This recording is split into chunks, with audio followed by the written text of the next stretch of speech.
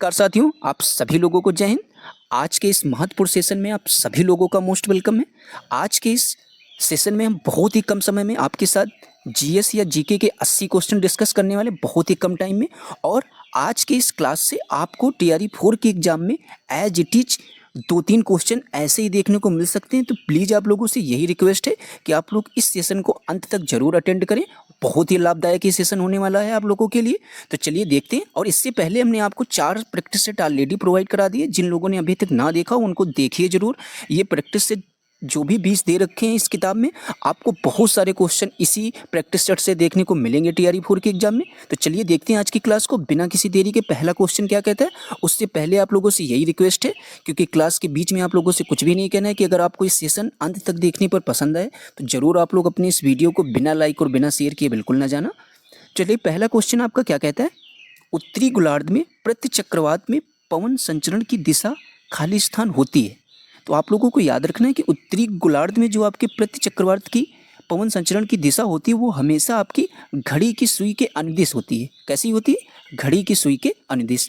तो question number 31 का सही जवाब ऑप्शन नंबर सी हो जाएगा। 32 नंबर क्वेश्चन आपसे क्या पूछता है, कहता है कोरियोलिस बल तथा दाब प्रवणता बलों में संतुलन से उत्पन्न समदाब रेखाओं की समांतर पौने आपकी किस तरीके की होती है। तो याद रखना, जो आपकी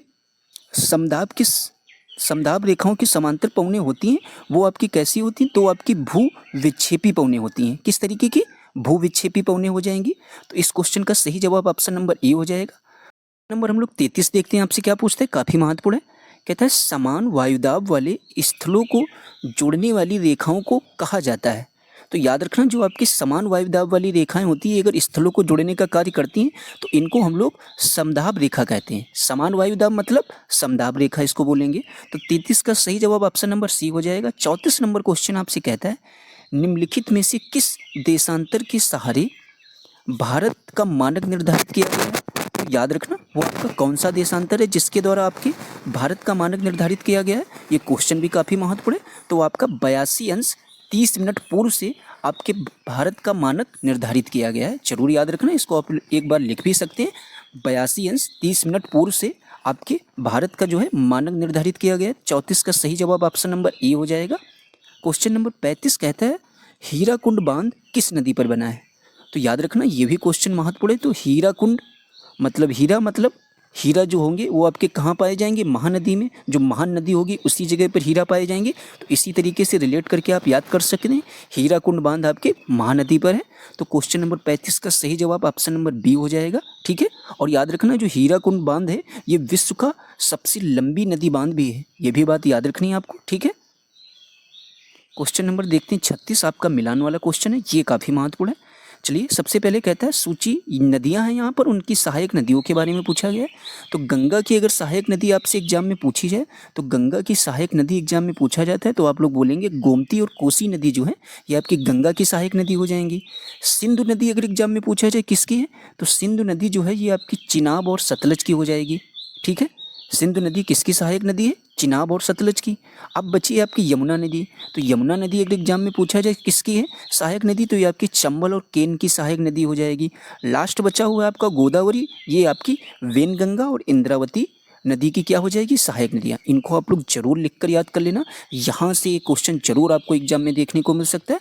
तो यही रिक्वेस्ट है, इस क्वेश्चन को जरूर आप लोग तैयार कर लेना। तो इस तरीके से 36 का ऑप्शन आप देखेंगे तो बी बिल्कुल राइट हो जाएगा। ठीक है। क्वेश्चन नंबर नेक्स्ट देखते हैं, आपसे क्या कहता है। 37 नंबर कहता है कि मानसून पूर्व वर्षा जो केरल और कर्नाटक के तटीय क्षेत्रों में एक सामान्य घटना है को स्थानीय तौर पर हम लोग किस नाम से जानते हैं। तो याद रखना, इसको स्थानीय तौर पर हम लोग आम्र वर्षा के रूप में जानेंगे। ठीक है। तो 37 का सही जवाब ऑप्शन नंबर सी हो जाएगा। क्वेश्चन नंबर 38 आपसे कहता है भारत में उष्णकटिबंधीय सदाबहार वन कहाँ पर पाए जाते हैं। तो ये क्वेश्चन काफ़ी महत्वपूर्ण है। तो आपके भारत की बात हो रही है, उष्णकटिबंधीय सदाबहार वन के बारे में पूछा जा रहा है, तो ये आपके केरल राज्य में पाए जाते हैं। जरूर आप लोग याद रखना इसको। ठीक है। और यहाँ पर याद रखना, ऐसे वनों में अगर पूछा जाता है वर्षा कितनी होती है, तो आपके 200 सेंटीमीटर से अधिक वर्षा वाले वन होते हैं। ये बात भी आप लोग याद रखना। 39 नंबर क्वेश्चन आपसे कहता है मालवा के पठार के उत्तर पश्चिम में स्थित पर्वत श्रृंखलाओं को क्या कहा जाता है। तो याद रखना, बात हो रही मालवा के पठार की, और किस जगह पर स्थित उत्तर पश्चिम में स्थित पर्वत श्रृंखलाओं को हम लोग क्या कहते हैं, तो याद रखना उसको हम लोग अरावली पर्वत श्रृंखला के नाम से जानते हैं। किस नाम से? अरावली पर्वत श्रृंखला के नाम से जानते हैं, जो आपके मालवा के पठार के उत्तर पश्चिम में स्थित है। 40 नंबर क्वेश्चन कहता है पॉलिटी का क्वेश्चन, निम्नलिखित कथनों में से कौन सा सही है? कहता है राज्यपाल मुख्यमंत्री के प्रसादों पर्यंत पद धारण करता है। जी बिल्कुल ये बात सही नहीं है। राज्यपाल अपना इस्तीफा प्रधानमंत्री को सौंपते हैं, ये भी बात सही नहीं है, क्योंकि राज्यपाल जो है, राज्यपाल की नियुक्ति सबसे पहले राष्ट्रपति के द्वारा की जाती है। यही बात बिल्कुल सही हो जाएगी। तो 40 का सही जवाब ऑप्शन नंबर सी हो जाएगा। देखते हैं बंगाल विभाजन से क्वेश्चन पूछा गया, ये टॉपिक काफ़ी महत्वपूर्ण है। कहता है बंगाल विभाजन के प्रत्याघात के रूप में कौन सा आंदोलन शुरू हुआ था? तो याद रखना बात हो रही बंगाल विभाजन की, और किसके रूप में? प्रत्याघात के रूप में। तो याद रखना ये आपका कौन सा आंदोलन शुरू हुआ था, अगर एग्जाम में पूछा जाता है तो ये क्वेश्चन काफ़ी महत्वपूर्ण है। तो याद रखना ये आपके स्वदेशी आंदोलन जो है, ये आपके बंगाल विभाजन के प्रत्याघात के रूप में शुरू किया गया था। कौन सा आंदोलन? स्वदेशी आंदोलन। तो 46 का सही जवाब ऑप्शन नंबर सी हो जाएगा। क्वेश्चन नंबर देखते हैं 47 कहता है अगस्त 1932 के रैमजे मैकडोनाल्ड के सांप्रदायिक पंचायत के द्वारा पहली बार एक पृथक निर्वाचक समूह बनाया गया था। तो याद रखना ये जो पहली बार आपका पृथक निर्वाचक समूह बनाया गया था, ये आपके अछूतों के लिए बनाया गया था। जरूर याद रखना 47 का सही जवाब ऑप्शन नंबर सी हो जाएगा। ठीक है, क्वेश्चन नंबर 48 देखते हैं। कहता है निम्नलिखित में से कौन सी जोड़ी सही है, यानी इनमें से कौन सी एक जोड़ी सही पूछा गया है। तो चलिए देखते हैं। विनोबा भावे आपके द्वितीय व्यक्तिगत सत्याग्रही थे। जी बिल्कुल ये बात सही नहीं है। C.R. दास देशबंधु, जी बिल्कुल ये बात सही है। और विलियम वेडरबर्न 1907 के कांग्रेस सभापति, जी बिल्कुल ये बात गलत हो जाएगी। तो याद रखना इस क्वेश्चन का सही जवाब जो हो जाएगा वो आपका ऑप्शन नंबर बी हो जाएगा। C.R. दास देशबंधु बिल्कुल सही हो जाएगा। ठीक है, क्वेश्चन नंबर हम लोग देखते हैं 49 आपसे क्या पूछते हैं। निम्नलिखित में से किस संगठन ने 16 अगस्त 1946 को सीधी कार्रवाई का दिवस घोषित किया? तो सीधी कार्रवाई का दिवस आपके किसने घोषित किया था इन सारी लीग में या इन सारी पार्टियों में से? तो याद रखना वो आपकी मुस्लिम लीग जी ने जो है, मुस्लिम लीग ने क्या किया था? 16 अगस्त 1946 को सीधी कार्रवाई दिवस के रूप में घोषित किया था। किस संगठन ने? मुस्लिम लीग के संगठन ने। तो 49 का सही जवाब ऑप्शन नंबर सी हो जाएगा। ठीक है, क्वेश्चन नंबर हम लोग देखते हैं 50 क्या कहता है। क्वेश्चन नंबर 50 काफी महत्वपूर्ण है। कहता है स्वराज आम जनता के लिए होना चाहिए, केवल वर्गों के लिए नहीं। इस प्रसिद्ध सूत्र की घोषणा किसने की थी? तो याद रखना ये आपके C.R. दास जी ने की थी। तो 50 नंबर क्वेश्चन का सही जवाब ऑप्शन नंबर ए हो जाएगा। क्वेश्चन नंबर 51 आपसे क्या पूछता है। कहता है चालुक्य राजवंश ने वातापी में शासन किया, जो आधुनिक समय में आपके भारतीय राज्य में से कौन सा हो जाएगा? तो याद रखना ये आपका भारतीय राज्य कर्नाटक हो जाएगा, जहाँ पर आपके चालुक्य राजवंश ने वातापी में शासन किया था। ठीक है, जो कि आधुनिक समय में आपके कहाँ है? ये आपके कर्नाटक भारतीय राज्य में। 52 नंबर क्वेश्चन आपसे क्या पूछते हैं। बिहार में 21 अप्रैल 1858 को ब्रिगेडियर डगलस के अधीन ब्रिटिश सैन्य दल के विरुद्ध किसने बहादुरी के साथ युद्ध किया था? तो याद रखना ये नाम काफ़ी महत्वपूर्ण हो जाएगा आप लोगों के लिए। वो आपके कुंवर सिंह जी थे। कुंवर सिंह से संबंधित आपके एग्जाम में 1 से 2 क्वेश्चन जरूर देखने को मिलेंगे TRE 4 के एग्जाम में। तो इस टॉपिक को आप लोग जरूर बहुत ही बेहतरीन ढंग से तैयार कर लेना। ठीक है, क्वेश्चन नंबर देखते हैं 53 क्या पूछता है आपसे। कहता है कि कौन सी जोड़ी सही है इनमें से, ये भी महत्वपूर्ण है। तो याद रखना देखते हैं कौन सी जोड़ी सही हो जाएगी। सबसे पहले कहता है कि चेम्सफोर्ड रॉलेट एक्ट से संबंधित हैं, तो ये बात बिल्कुल आपकी सही हो जाएगी। ठीक है, अब आगे नेक्स्ट कहता है B option Lord Reading Delhi Durbar से, जी बिल्कुल गलत हो जाएगा। ठीक है, फिर कहता है Lord Willingdon Prince of Wales का भारत आगमन, ये भी बात सही नहीं। तो इस तरीके से 53 का जो सही जवाब हो जाएगा वो आपका चेम्सफोर्ड रॉलेट एक्ट बिल्कुल सही हो जाएगा। ठीक है, क्योंकि इन्होंने ही इसको पारित किया था, और रॉलेट एक्ट आपको पता होना चाहिए कब आया था, सन 1919 में पारित किया गया था। ठीक है, जरूर याद रखना। क्वेश्चन नंबर हम लोग देखते हैं 54 क्या कहता है। राष्ट्रीय कांग्रेस की कार्यकारी समिति ने भारत छोड़ो नमक आंदोलन अनुमोदन कहाँ किया था? तो याद रखना ये अनुमोदन जो है कहाँ पर किया था, इस स्थान का नाम आपको पता होना बहुत ही जरूरी है। तो याद रखना ये आपके वर्धा में किया था, जरूर याद रखना। 54 का सही जवाब ऑप्शन नंबर ए हो जाएगा। 55 नंबर क्वेश्चन कहता है 20 अगस्त 1917 के सुधारों की घोषणा को जाना जाता है, किस रूप में जाना जाता है? तो याद रखना ये आपके मॉन्टेग्यू घोषणा के नाम से जाना जाता है इसको। जो भी आपकी 20 अगस्त 1917 के सुधारों की घोषणा की गई थी, इसको हम लोग मॉन्टेग्यू घोषणा के नाम से जानते हैं। क्वेश्चन नंबर 56 आपसे क्या पूछता है। भारतीय तिरंगे जो भारतीय तिरंगे को पहली बार जवाहरलाल नेहरू ने कहाँ पर ध्वजारोहण किया था? तो पहली बार बात की जाए कहाँ पर ध्वजारोहण किया था, तो इसलिए क्वेश्चन और भी महत्वपूर्ण है। तो याद रखना, ये आपके भारतीय तिरंगे को पहली बार जवाहरलाल नेहरू ने सबसे पहले तो 1929 में, याद रखना है, और कहाँ पर? रावी के तट पर लाहौर में किया था। क्वेश्चन नंबर 56 का सही जवाब ऑप्शन नंबर बी हो जाएगा। क्वेश्चन नंबर 57 कहता है 1928 में स्थापित आंध्र प्रोविंशियल रैयत एसोसिएशन के पहले अध्यक्ष कौन थे? तो याद रखना, पहले अध्यक्ष आपके कौन थे, इनका नाम जरूर आप लोग याद रखना, वो आपके थे NG रंगा जी थे। तो ऑप्शन नंबर 57 का सही जवाब, क्वेश्चन नंबर 57 का सही जवाब ऑप्शन नंबर बी हो जाएगा। 58 नंबर क्वेश्चन क्या कहता है? बंगाल में पागलपंथी आंदोलन के संस्थापक कौन थे? तो संस्थापक नेता अगर पूछा जाए बंगाल में पागलपंथी आंदोलन के कौन थे, इनका नाम जरूर याद रखना, वो करम शाह जी थे। तो 58 का सही जवाब ऑप्शन नंबर सी हो जाएगा। देखते हैं 59 नंबर क्वेश्चन कहता है भारत के संविधान अनुच्छेद 243 ख के अधीन कौन स्वशासी संस्था की स्थापना की गई थी? तो याद रखना, वो आपकी कौन सी स्वशासी संस्था थी जिसकी स्थापना की गई थी? तो वो आपकी पंचायत थी। तो 59 का सही जवाब ऑप्शन नंबर ए हो जाएगा। 60 नंबर क्वेश्चन आपसे पूछता है निम्न में से कौन सा भारत का पहला राज्य है जिसने पंचायत चुनाव में भाग लेने के न्यूनतम योग्यता का निर्धारण किया है? तो आपका पहला राज्य राजस्थान हो जाएगा। ठीक है, इसमें आपको क्या होना चाहिए?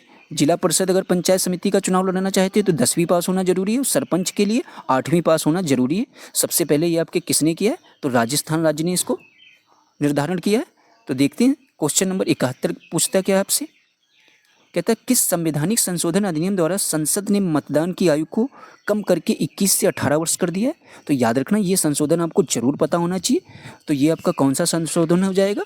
तो ये आपका संशोधन नंबर 61वां हो जाएगा, जिसमें आपके मतदान की आयु को कम करके 21 से 18 कर दिया गया है।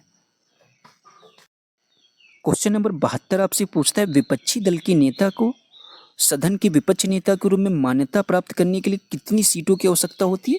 तो याद रखना, वो आपकी कितनी सीटों की जरूरत होगी?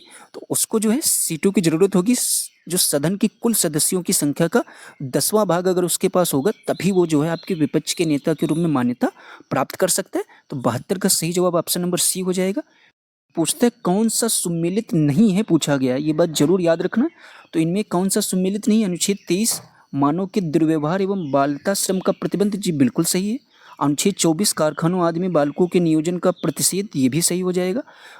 ऑप्शन सी कहता है जो आर्टिकल 29 है शिक्षण संस्थाओं की स्थापना और प्रशासन करने का अल्पसंख्यक वर्गों का अधिकार है, ये आपका बिल्कुल गलत हो जाएगा, क्योंकि ऐसा जो है आपके आर्टिकल किस में कहा गया? 30 में कहा गया, इसीलिए ये बात आपकी गलत हो जाएगी, आपसे गलत ही पूछा गया। तो इस क्वेश्चन का सही जवाब ऑप्शन नंबर सी हो जाएगा। 74 नंबर क्वेश्चन आपसे क्या पूछता है? भारतीय संविधान की 8वीं अनुसूची में कितनी भारतीय भाषाएं हैं? तो जरूर याद रखना कितनी भारतीय भाषाएं, वो आपकी 22 हो जाएंगी। तो 74 का सही जवाब बी हो जाएगा। 75 नंबर क्वेश्चन कहता है अनुच्छेद 39 से प्रावधान करता है, किस चीज़ का प्रावधान करता है? आर्टिकल 39 है। तो याद रखना, ये आपके समान न्याय तथा निःशुल्क विधिक सहायता की प्रावधान करता है। कौन? आपका आर्टिकल 39 से। तो इस तरीके से 75 नंबर क्वेश्चन का सही जवाब ऑप्शन नंबर बी हो जाएगा, समान न्याय तथा निःशुल्क विधिक सहायता। क्वेश्चन नंबर 76 आपसे क्या पूछता है? भारतीय संविधान के किस अनुच्छेद में यह उल्लेखित है कि देवनागरी लिपि में लिखित हिंदी संघ की राजभाषा होगी? तो ये आपके किस आर्टिकल में ऐसा लिखा गया? तो जरूर याद रखना 343(1) में ऐसा उल्लेखित है। तो 76 का सही जवाब ऑप्शन नंबर सी हो जाएगा। 77 नंबर क्वेश्चन कहता है निम्नलिखित में से कौन एक पंचायतों से संबंधित नहीं है? तो इनमें से जो आपका पंचायतों से संबंधित राज्य नहीं है आर्टिकल, वो आपका कहता है संविधान 74वां संशोधन अधिनियम जो है ये आपके पंचायतों के से संबंधित नहीं है। ठीक है, तो नहीं वाला पूछा गया तो 77 का सही जवाब ऑप्शन नंबर बी हो जाएगा। ठीक है, क्योंकि ये जो है ये भी याद होना चाहिए कि 74वां संविधान अगर पंचायतों से संबंधित नहीं तो संबंधित किससे? तो याद रखना ये आपके नगर पालिकाओं से संबंधित है। ठीक है, तो ये भी हमने आपको क्लियर कर दिया। 78 नंबर क्वेश्चन आपसे कहता है भारतीय संविधान का कौन सा अनुच्छेद सहकारी समितियों के संवर्धन से संबंधित है? तो याद रखना ये आपका 43B जो है ये आपके अनुच्छेद जो है सहकारी समितियों के संवर्धन से संबंधित है। तो 78 का सही जवाब ऑप्शन नंबर बी हो जाएगा। 79 नंबर क्वेश्चन कहता है निम्नलिखित में से किस राज्य में विधानसभा निर्वाचन क्षेत्रों की संख्या सबसे अधिक है? तो याद रखना सबसे अधिक आपके उत्तर प्रदेश में हो जाएगी। 79 का सही जवाब ऑप्शन नंबर बी हो जाएगा। क्वेश्चन नंबर 80 कहता है लोकतांत्रिक विकेंद्रीकरण के उद्देश्य से भारतीय संविधान में कौन सा संशोधन किया गया है? तो याद रखना वो संशोधन आपका 73वें में किया गया और 74वें में। तो इस तरीके से 80 का सही जवाब ऑप्शन नंबर ए हो जाएगा। क्वेश्चन नंबर 81 आपसे क्या कहता है, इसको भी समझते हैं। कहता है भारत के संविधान का कौन सा अनुच्छेद राष्ट्रपति या उपराष्ट्रपति के चुनाव से संबंधित शंकाओं और विवादों के निर्धारण से संबंधित है। तो याद रखना ये आपका आर्टिकल कौन सा हो जाएगा। तो 81 क्वेश्चन का सही जवाब आपका ऑप्शन नंबर बी अनुच्छेद 71 में ऐसा है, जो आपके जो राष्ट्रपति का चुनाव हो या उपराष्ट्रपति की, उनमें जो भी शंकाएं और विवादों का निर्धारण आपके आर्टिकल 71 से किया जाता है। क्वेश्चन नंबर 82 देखते हैं क्या पूछते हैं। हाल ही में केंद्रीय गृह मंत्री अमित शाह ने 3 नए आपराधिक कानूनों के कार्यान्वयन के लिए कौन सा ऐप लॉन्च किया है। तो याद रखना ये आपका कौन सा ऐप लॉन्च किया गया है, तो आपका उपयुक्त में से एक से अधिक इसका जवाब हो जाएगा, क्योंकि इसमें जो है सबसे पहले जो ऐप लॉन्च किया गया है वो आपका न्याय सेतु भी हो जाएगा और न्याय श्रुति भी हो जाएगा और इसके अलावा ई साक्ष्य भी हो जाएगा। ये सारे ऐप आपके गृह मंत्री अमित शाह जी के द्वारा लॉन्च किए गए आपराधिक कानून से संबंधित हो जाएंगे सारे। तो 82 का सही जवाब ऑप्शन नंबर डी हो जाएगा। क्वेश्चन नंबर 83 आपसे क्या पूछता है। कहता है निम्न में से कौन सा क्षेत्र देश के परिवहन के सकल मूल्यवर्धन में सर्वाधिक योगदान करता है। तो सर्वाधिक योगदान करने वाला आपका कौन सा क्षेत्र हो जाएगा। तो याद रखना वो आपका क्षेत्र कौन सा हो जाएगा, रेलवे हो जाएगा। तो 83 का सही जवाब ऑप्शन नंबर सी हो जाएगा। और 84 आपसे पूछता है निम्न में से किस कावा की किस्म का उत्पादन भारत में सबसे अधिक होता है। तो याद रखना जो आपके अरेबिका किस्म का कावा है ये आपके भारत में सबसे अधिक होता है। 84 का सही जवाब ऑप्शन नंबर ए हो जाएगा। क्वेश्चन नंबर 85 आपसे कहता है निम्न में से कौन सी संस्था भारत के राष्ट्रीय लेखा सांख्यिकी तैयार करने के लिए उत्तरदायी है। तो याद रखना जो आपका केंद्रीय सांख्यिकी संगठन होता है ये आपके राष्ट्रीय लेखा सांख्यिकी तैयार करने के लिए उत्तरदायी हो जाएगा। तो 85 का सही जवाब ऑप्शन नंबर ए हो जाएगा। 86 नंबर क्वेश्चन आपकी जनगणना से पूछा गया है। कहते हैं 2011 की जनगणना के अनुसार किसे साक्षर व्यक्ति माना जाता था। याद रखना जब आपकी 2011 की जनगणना हुई थी उस टाइम जो है 7 वर्ष या उससे अधिक आयु के जो भी व्यक्ति होता था जो किसी भाषा को समझने के साथ पढ़ या लिख सकता था उसको जो हम लोग क्या मानते थे, साक्षर व्यक्ति मानते थे। तो इसीलिए 86 का सही जवाब ऑप्शन नंबर ए हो जाएगा। क्वेश्चन नंबर 87 आपसे क्या पूछता है। 87 नंबर आपसे कहता है कि निम्नलिखित कार्यों में से कौन सा कार्य स्थानीय स्वशासन से संबंधित नहीं है। तो स्थानीय स्वशासन से इनमें से कौन सा कार्य संबंधित नहीं होगा। तो याद रखना लोक व्यवस्था का अनुरक्षण जो है ये आपके स्थानीय स्वशासन से संबंधित नहीं है। तो 87 का सही जवाब आपका ऑप्शन नंबर सी हो जाएगा। 88 नंबर क्वेश्चन आपसे क्या कहता है। भारत में अधिकांश क्रोमाइट भंडार कहाँ पर पाए जाते हैं। क्रोमाइट भंडार के बारे में अगर आपसे एग्जाम में पूछता है तो याद रखना उड़ीसा में आपके अधिकांश क्रोमाइट भंडार पाए जाते हैं। तो 88 का सही जवाब आपका ऑप्शन नंबर सी हो जाएगा, क्योंकि 90% जो आपके क्रोमाइट के भंडार हैं लगभग 90% जो है ये आपके उड़ीसा राज्य में ही पाए जाते हैं। ठीक है, तो आप लोग जरूर याद रखना।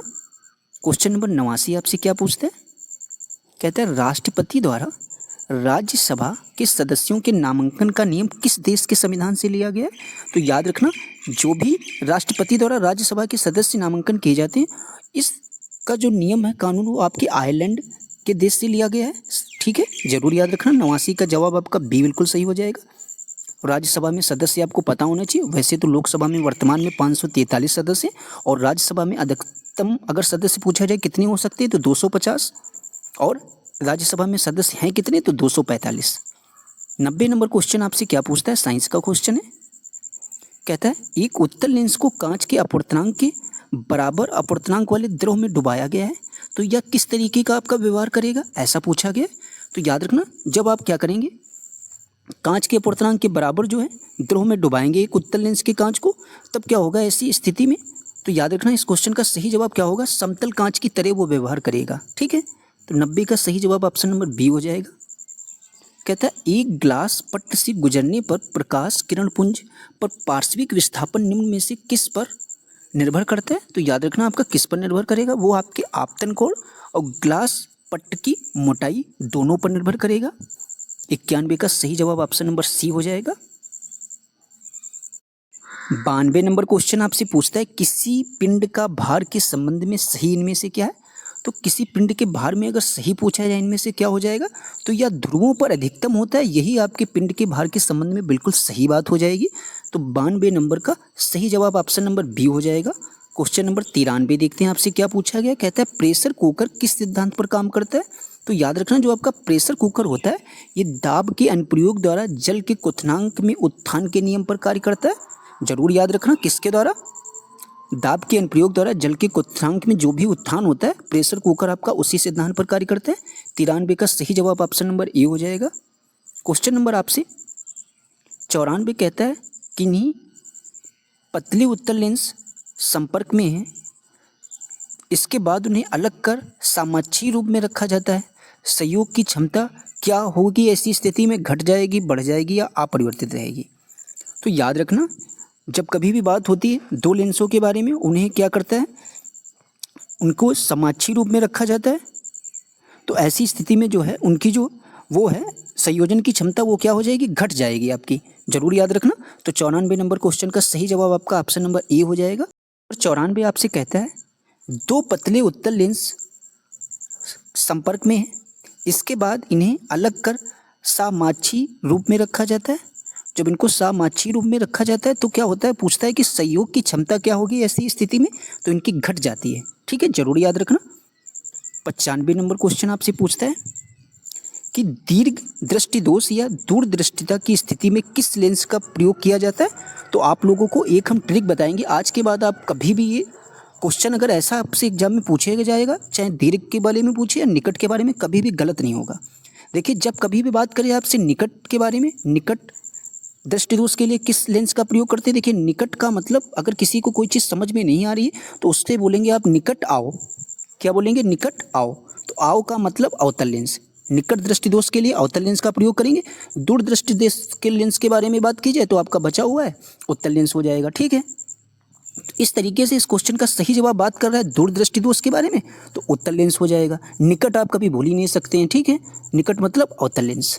क्वेश्चन नंबर 96 आपसे क्या पूछते हैं, किसी तनी हुई डोरी में अनुप्रस्थ तरंग की चाल क्या होती है। अगर आपसे एग्जाम में पूछा जाता है कि किसी तनी हुई डोरी में अनुप्रस्थ तरंग की चाल जो होगी वो आपकी क्या होगी, तनाव के वर्ग के मूल के अनुक्रमानुपाती होती है। तो 96 का सही जवाब ऑप्शन नंबर बी हो जाएगा। नंबर 97 आपसे पूछता है यदि मोटर गाड़ी की स्टीयरिंग व्हील का व्यास घटा दिया जाए तो उसे घुमाने में ड्राइवर को क्या करना पड़ेगा। तो उसे घुमाने में अगर पूछा जाता है ड्राइवर को क्या करना पड़ेगा, तो उसे अधिक बल लगाना पड़ेगा। 97 का सही जवाब ऑप्शन नंबर ए हो जाएगा। क्वेश्चन नंबर 98 कहता है आयनिक यौगिकों के गुणधर्मों के बारे में इनमें से कौन सा कथन गलत है। तो इनमें से जो कथन गलत हो जाएगा, जब आप सारे कथन पढ़ेंगे तो ऑप्शन नंबर जब आप सी पढ़ेंगे तो कहते हैं धनात्मक और ऋणात्मक आयनों के बीच दुर्बल आकर्षण बल होने की वजह से आयनिक यौगिक ठोस होते हैं। ये बात आपकी बिल्कुल ही गलत हो जाएगी। ठीक है, अब ये यहाँ पर जो गलत क्या है ये भी आप लोग याद रखना, दुर्बल आकर्षण बल नहीं होता है, यहाँ पर प्रबल आकर्षण बल के कारण ऐसा होता है। इसी वजह से ये आपका आयनिक यौगिकों के गुणधर्मों के बारे में गलत बात हो जाएगी। ठीक है, तो ऑप्शन नंबर 98 का क्वेश्चन नंबर 98 का सही जवाब ऑप्शन नंबर सी हो जाएगा। बाकी बातें आपकी सही हो जाएंगी। क्वेश्चन नंबर 99 आपसे क्या पूछता है, कहता है सामान्य एल्कोहलों के ऑक्सीकरण से क्या बनता है। जब आप सामान्य एल्कोहल का ऑक्सीकरण करेंगे तो ऐसी परिस्थिति में क्या बनेगा, तो याद रखना है एसिड बनता है। 100 नंबर क्वेश्चन आपसे कहता है विकर्णी संबंध निम्न में से कौन प्रदर्शित करता है। तो इनमें से जो आपका विकर्णी संबंध प्रदर्शित करता है वो आपका कौन सा हो जाएगा, तो आपका हो जाएगा द्वितीय तथा तीसरे आवर्त के कुछ तत्व जो हैं ये आपके विकर्णी संबंध के बारे में चीज़ों को प्रदर्शित करते हैं। तो 100 का सही जवाब ऑप्शन नंबर सी हो जाएगा। नंबर 101 न्यूमेरिकल दे रखा गया, ऐसा आपके पीआरटी के एग्जाम में पूछा जा सकता है। काफ़ी सरल है, इसको बहुत ही बेहतरीन ढंग से आपको समझाएंगे।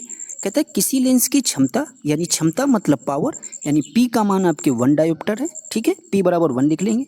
तो कहता है उसकी फोकस दूरी यानी आपको एफ पता करना है, और एवं लेंस किस प्रकृति का होगा ये जब आप क्वेश्चन को सॉल्व कर लेंगे तो पता चल जाएगा। तो सबसे पहले आपको यहाँ पर एक याद रखना है, जो क्षमता लेंस की क्षमता के लिए सूत्र होता है वो पी बराबर 1/f होता है। क्या होता है, पी बराबर 1/f, और यहाँ पर पी का मान आपका 1 दे रखा है और 1 और एफ का मान आपको निकालना है। अब इसके नीचे कुछ नहीं तो 1 मानेंगे, एफ की गुणा जब आप 1 से करेंगे तो एफ आएगा, एफ बराबर जब 1 की गुणा 1 से करेंगे तो एफ बराबर क्या आपको मिलेगा, 1। तो इस तरीके से आप लोग एफ का मान तो निकाल लेंगे कि एफ बराबर 1 मीटर आ जाएगा। अब याद रखना आपके एफ का मान तो 1 निकल आया है। ठीक है, अब 1 मीटर निकलने के बाद ये लेंस जो है किस तरीके की प्रकृति होगी इसकी, तो याद रखना ये आपकी उत्तल लेंस की प्रकृति का होगा। ठीक है, तो 101 का सही जवाब आपका ऑप्शन नंबर बी हो जाएगा। ठीक है, अब ये क्यों उत्तल लेंस हुआ? क्योंकि इसकी क्या है, जो भी मान आया वो आपका धनात्मक है, इसीलिए उत्तल लेंस की तरह व्यवहार करेगा। क्वेश्चन नंबर 100 देखते हैं क्या कहते हैं। पोषक तत्वों का प्रवाह किस प्रकार होता है? तो जो भी आपके पोषक तत्व होते हैं इनका प्रवाह आपके चक्रीय रूप में होता है, जरूर याद रखना। 102 का सही जवाब ऑप्शन नंबर सी हो जाएगा। क्वेश्चन नंबर 103 कहता है आइरिस का कार्य क्या है? तो जो भी आपकी आइरिस होती है मानव की आंख में, इसका कार्य अगर पूछा जाए क्या होता है, तो ये आपकी प्रकाश की मात्रा को नियंत्रित करने का कार्य करता है। किसको नियंत्रित करने का कार्य करता है? जो भी आपके प्रकाश की मात्रा आंखों पर पड़ती है उसको नियंत्रित करने का कार्य कौन करता है? आपकी आइरिस करती है। तो 103 का सही जवाब ऑप्शन नंबर ए हो जाएगा। 104 नंबर क्वेश्चन आपसे क्या पूछता है? एक अवतल दर्पण को पानी में रखा गया है, दर्पण की फोकस दूरी क्या, दर्पण की फोकस दूरी में क्या परिवर्तन होना चाहिए? जब कभी भी आप दर्पण को पानी में रखेंगे तो फोकस दूरी में क्या परिवर्तन होगा, याद रखना जरूर। इस क्वेश्चन का जवाब वो आपकी अपरिवर्तित रहेगी। ठीक है, क्या रहेगी? अपरिवर्तित रहेगी। तो क्वेश्चन नंबर 104 का सही जवाब ऑप्शन नंबर सी हो जाएगा। 105 नंबर क्वेश्चन हम लोग देखते हैं आपसे क्या पूछते हैं। 105 नंबर क्वेश्चन आपसे कहता है मैग्नीशियम मिश्र धातु का उपयोग हवाई जहाज का ढांचा बनाने में होता है। इस मिश्र धातु के जो अवयवी घटक होते हैं का सही विकल्प निम्न में से कौन सा होगा? तो याद रखना आपके एल्युमिनियम और मैग्नीशियम होते हैं, यही आपके जो है मिश्र धातु के अवयवी घटकों के बारे में सही विकल्प हो जाएगा। तो 105 का सही जवाब ऑप्शन नंबर सी हो जाएगा। फिर 106 नंबर क्वेश्चन कहता है इक्वेटोरियल प्लेट पर कोशिका के केंद्र में गुणसूत्रों का संरक्षण माइटोसिस के किस चरण का गठन करता है? तो याद रखना ये आपके माइटोसिस के किस चरण का गठन करेगा? तो ये आपके ऑप्शन नंबर इसमें देखा जाए कोई भी सही नहीं होगा, उपयुक्त में से कोई नहीं होगा। ठीक है, अब करता किसका है तो ये भी आपको पता होना चाहिए। तो ये आपके जो है इनमें से ये आपके मेटाफेज चरण का गठन करता है। मेटाफेज आपके कहीं भी ऑप्शन में नहीं है, इसीलिए सारी बातें गलत हो जाएंगी, तो आप लोग इसको लिख जरूर लेना, मेटाफेज। ठीक है, नंबर क्वेश्चन आपसे क्या पूछता है मछलियों के बारे में निम्नलिखित में से कौन सा कथन सही नहीं है? तो सही नहीं है पूछता है तो हम लोग बताते हैं, कहते हैं मछलियों के गलफड़ों के द्वारा रक्त का पंप किया जाता है, बिल्कुल ये बात सही है। फिर कहता है मछलियों में दोहरा परिसंचरण होता है, ये बात गलत हो जाएगी, दोहरा परिसंचरण आपके मछलियों में नहीं होता है। ऑप्शन नंबर सी कहता है मछली के हृदय से होकर रक्त एक चक्र में केवल एक ही बार प्रवाहित होता है, ये भी बात आपकी सही है। तो इस तरीके से 107 नंबर क्वेश्चन का सही जवाब ऑप्शन नंबर बी हो जाएगा। ठीक है, याद रखना। क्वेश्चन नंबर 108 आपसे क्या कहता है? कहता है एरिथ्रोसाइटोपेनिया के कारण निम्न में से क्या होता है? तो याद रखना इसके कारण क्या होगा, आपके एग्जाम में अगर ऐसा पूछा जाता है तो आरबीसी और हीमोग्लोबिन में कमी हो जाती है, आपके किसके कारण? एरिथ्रोसाइटोपेनिया के कारण। 108 का सही जवाब ऑप्शन नंबर बी हो जाएगा। क्वेश्चन नंबर हम लोग 109 समझते हैं क्या कहता है। कहता है उपापचयी एंजाइम किस में उपस्थित होते हैं? तो याद रखना जो आपके उपापचयी एंजाइम होते हैं अगर एग्जाम में पूछा जाता है किस में उपस्थित होते हैं, तो आप लोग इसका जवाब तुरंत आप लोगों को देना है। सबसे पहले यहाँ पर इसका सही जवाब होगा उपयुक्त में से एक से अधिक। अब होते किस में हैं ये भी हम लोग समझ लेते हैं। तो याद रखना जो आपके उपापचय होते हैं इनको याद रखना ये आपके जीवाणुओं में भी होते हैं, इसके अलावा आपके कवकों में भी होते हैं, और यही आपके दो ऑप्शन यहाँ पर सही हो जाएंगे। ठीक है, और इसके अलावा आपके विषाणुओं में भी होते हैं। ये तीनों चीज़ों में आपके उपापचयी एंजाइम होते हैं, इसीलिए इसका जवाब उपयुक्त में से एक से अधिक हो जाएगा। क्वेश्चन का जवाब तो ऑप्शन नंबर डी हो जाएगा। अब आखिर उपस्थित किस में होते हैं? तो उपापचयी एंजाइम आपके कवकों में भी होते हैं और जीवाणुओं में भी होते हैं, लेकिन आपके विषाणुओं में जो है उपापचयी एंजाइम नहीं होते हैं, ये बात याद रखनी है। तो इस तरीके से आपके दो ऑप्शन सही हैं, तो इसीलिए इसका जवाब उपयुक्त में से एक से अधिक हो जाएगा।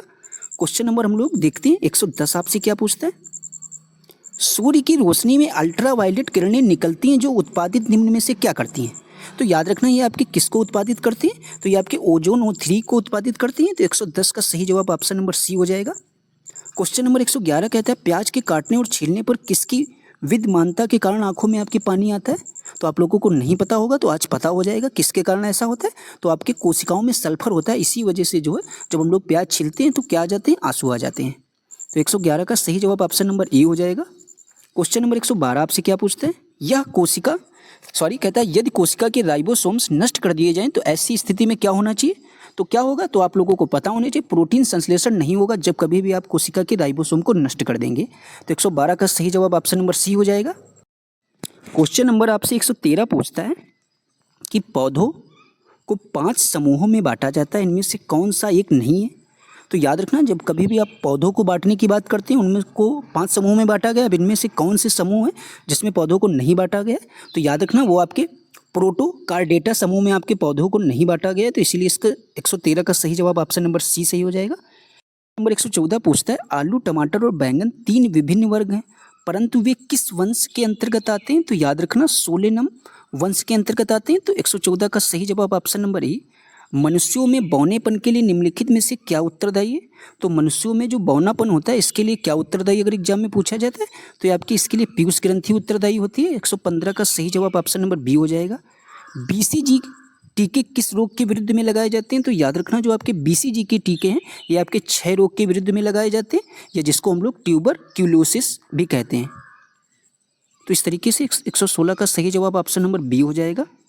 क्वेश्चन नंबर आपसे 117 कहता है, सबसे पहले बनने वाले प्राथमिक जाइलम तत्व को क्या कहते हैं? तो सबसे पहले जो आपके प्राथमिक जाइलम तत्व बनते हैं उनको हम लोग प्रोटोजाइलम कहते हैं। जरूर याद रखना। 117 का सही जवाब ऑप्शन नंबर बी हो जाएगा। 118 नंबर क्वेश्चन आपसे पूछता है, अम्ल वर्षा का प्रमुख कारण क्या है? तो जब एग्जाम में आपसे पूछा जाए कि अम्ल वर्षा का प्रमुख कारण क्या हो जाएगा इनमें से, तो याद रखना वायु प्रदूषण द्वारा SO2 की मात्रा में वृद्धि जो है ये आपके अम्ल वर्षा की प्रमुख कारण हो जाएगा। इसी कारण आपकी अम्ल वर्षा होती है। किसके कारण? वायु प्रदूषण में जब आपकी SO2 की मात्रा में क्या होती है? वृद्धि होती है। तो 118 का सही जवाब ऑप्शन नंबर सी हो जाएगा। क्वेश्चन नंबर 119 आपसे क्या पूछता है? कहता है, निम्न में से किसने सर्वप्रथम जैव विविधता शब्द का प्रयोग किया है? तो इनमें से आपके वो ऐसे कौन से व्यक्ति होंगे जिन्होंने सर्वप्रथम जैव विविधता का शब्द का प्रयोग किया था? तो जरूर आप लोग याद रखना, WUG रोजेन, इन्होंने ही सर्वप्रथम जैव विविधता शब्द का प्रयोग किया था। तो याद रखना 119 का सही जवाब आपका ऑप्शन नंबर सी हो जाएगा। कब, किस सन में? 1985 में। याद रखना ये बात भी आपकी। क्वेश्चन नंबर 120 हम लोग देखते हैं। कहता है, रासायनिक तौर पर जल क्या है? तो जल के बारे में अगर पूछा जाता है कि रासायनिक तौर पर जल है क्या, तो ये आपका एक ऑक्साइड हो जाएगा। जरूर याद रखना। 120 का सही जवाब ऑप्शन नंबर बी हो जाएगा। कहता है, उपापचय के परिणाम स्वरूप ऊर्जा किस रूप में तुरंत रखी जाती है? तो याद रखना ऊर्जा को तुरंत किस रूप में हम लोग रखते हैं? तो ये आपके ATP के रूप में रखते हैं इसको हम लोग ऊर्जा को। 121 का सही जवाब ऑप्शन नंबर बी हो जाएगा। 122 नंबर आपसे क्वेश्चन पूछता है कि प्रोकैरियोटिक कोशिका का आकार प्रायः निम्न में से किस तरीके का होता है? तो याद रखना जो आपकी प्रोकैरियोटिक कोशिका होती है इसका आकार अगर एग्जाम में पूछा जाता है तो 1 माइक्रोन से 10 माइक्रोन तक होता है। तो इस क्वेश्चन का सही जवाब आपके ऑप्शन नंबर बी हो जाएगा। अब क्वेश्चन नंबर हम लोग 123 देखते हैं। आपसे क्या पूछते हैं? हीमोफीलिया एक आनुवंशिकी विकार है। जो आपका हीमोफीलिया एक आनुवंशिक विकार है। इसमें क्या होता है ऐसा पूछा गया? तो इसमें याद रखना आपके एक प्रोटीन का संश्लेषण नहीं होता है जो रक्त स्कंदन के लिए आवश्यक होता है। इसी कारण जो है हीमोफीलिया आपकी एक आनुवंशिक विकार है, क्योंकि इसमें क्या नहीं होता है? एक प्रोटीन का संश्लेषण नहीं होता है जो रक्त स्कंदन के लिए आवश्यक है। 124 नंबर क्वेश्चन आपसे क्या पूछता है? स्थानांतरी कृषि का स्थानीय नाम डाहिया है, ये कहाँ पर है? तो याद रखना ये आपके कहाँ पर होती है, किस राज्य में होती है? तो जरूर याद रखना ये आपके मध्य प्रदेश राज्य में होती है। तो इस क्वेश्चन का 124 का सही जवाब ऑप्शन नंबर ए हो जाएगा। क्वेश्चन नंबर 125 आपके करंट का क्वेश्चन है, तो जरूर इसको पढ़कर देख लेना। वैसे इस क्वेश्चन का सही जवाब आपका श्रीनिवास हेगड़े हो जाएगा कि ये आपका करंट का क्वेश्चन है, इसको आप लोग पढ़ लेना। इस क्वेश्चन का सही जवाब उपयुक्त में से एक से अधिक हो जाएगा क्योंकि ये तीनों लोगों को सम्मानित किया गया था। क्वेश्चन नंबर 127 आपसे क्या पूछता है? पहला FIH हॉकी 5S महिला विश्व कप 2024 का खिताब किस देश ने जीता था? तो जरूर याद रखना ये आपके किस देश ने जीता था? नीदरलैंड ने। फिर कहता है राष्ट्रीय प्रदूषण नियंत्रण दिवस कब मनाया जाता है? तो याद रखना ये आपके कब मनाया जाता है? ये आपके 2 दिसंबर को मनाया जाता है राष्ट्रीय प्रदूषण नियंत्रण दिवस। तो 128 का सही जवाब ऑप्शन नंबर ए हो जाएगा। 129 नंबर क्वेश्चन आपसे क्या पूछता है? कहता है कि इसरो द्वारा इनसेट 3DS नामक उपग्रह को हाल ही में किस लॉन्च व्हीकल से लॉन्च किया गया था? तो याद रखना इस क्वेश्चन का जवाब आप लोग जरूर लिखिए। GSLV F14 के द्वारा लॉन्च किया गया था। तो 129 का सही जवाब ऑप्शन नंबर सी हो जाएगा। पहला 130 नंबर क्वेश्चन आपसे पूछता है, पहला बिम्स्टेक व्यापार शिखर सम्मेलन 6 से 8 अगस्त तक कहाँ आयोजित किया गया था? तो याद रखना ये आपके कहाँ आयोजित किया गया था? उपयुक्त में से इनमें से किसी भी जगह पर आयोजित नहीं किया गया था क्योंकि आपके नई दिल्ली भारत में आयोजित किया गया था। जरूर याद रखना, ठीक है, नई दिल्ली। तो इस क्वेश्चन का सही जवाब आपका ऑप्शन नंबर ई हो जाएगा, इनमें से कोई नहीं। क्वेश्चन नंबर आप पर 131 आपसे कहता है ऑस्ट्रेलियन ओपन 2024 के पुरुष सिंगल्स ग्रैंड स्लैम विजेता कौन थे? तो याद रखना जो आपके ग्रैंड स्लैम के विजेता इनमें से कौन हो जाएंगे? तो आपके थे जैनिक सिनर। फिर आपसे क्वेश्चन नंबर 132 पूछता है वीरंगना दुर्गावती भारत के किस राज्य में स्थित टाइगर रिजर्व है? तो याद रखना ये आपके उपयुक्त में से कोई नहीं, इसका जवाब हो जाएगा। अब ये है कहाँ? तो याद रखना ये आपके एमपी राज्य में हो जाएगा, मध्य प्रदेश में, ठीक है, जिसको जो है आपके 54वां टाइगर रिजर्व घोषित किया गया, ये भी बात याद रखनी है। क्वेश्चन नंबर 133 आपसे क्या पूछते हैं हाल ही में बांग्लादेश में आंदोलनों के बाद अंतरिम सरकार के प्रमुख किसे नियुक्त किया गया है? तो याद रखना किसे नियुक्त किया गया? मोहम्मद यूनिस को। क्वेश्चन नंबर 134 आपसे क्या पूछते हैं हाल ही में जनवरी 2024 में थाईपुसम त्यौहार कहाँ मनाया गया है? तो याद रखना ये आपके कहाँ पर मनाया गया था? तो ये आपके तमिलनाडु में मनाया गया था। तो इस क्वेश्चन का सही जवाब ऑप्शन नंबर ए सही हो जाएगा। तो इस तरीके से आज के प्रैक्टिस सेट में आप लोगों के लिए इतने ही क्वेश्चन थे जो भी हमने आपके साथ क्वेश्चन डिस्कस किए। ये सारे क्वेश्चन एज इट इज जैसे आपकी TRE 4 के एग्जाम में पूछे जा सकते हैं उसी तरीके के क्वेश्चन थे। आप देखेंगे जब आप TRE 1 हो या TRE 2 हो या TRE 3 के क्वेश्चंस को प्रीवियस ईयर देखेंगे, ये आपका प्रैक्टिस सेट सेम उसी बेस के आधार पर बनाया गया है। तो प्लीज़ जो भी हम आपको प्रैक्टिस सेट ये प्रोवाइड करा रहे हैं जरूर आप इनको टाइम निकाल कर इन सेशनों को अटेंड करिए। ये आपके TRE 4 के एग्जाम के दृष्टिकोण से काफ़ी महत्वपूर्ण होंगे। बहुत सारे ऐसे प्रश्न होंगे जो आपको एज इट TRE 4 के एग्जाम में देखने को मिलेंगे यहाँ से। तो प्लीज़ आप लोगों से यही रिक्वेस्ट है, अगर आपको आज का सेशन हमारा पसंद आया हो तो ज़रूर आप लोग अपने इस वीडियो को बिना लाइक और बिना शेयर किए बिल्कुल ना जाना, ठीक है। मिलते हैं किसी नेक्स्ट वीडियो में। जब तक के लिए आप सभी लोगों से राधे राधे। इधर उधर की न्यूज़ पर बिल्कुल ध्यान ना दीजिए, अच्छे से पढ़ते रहिए और अच्छे से मेहनत करते रहिए।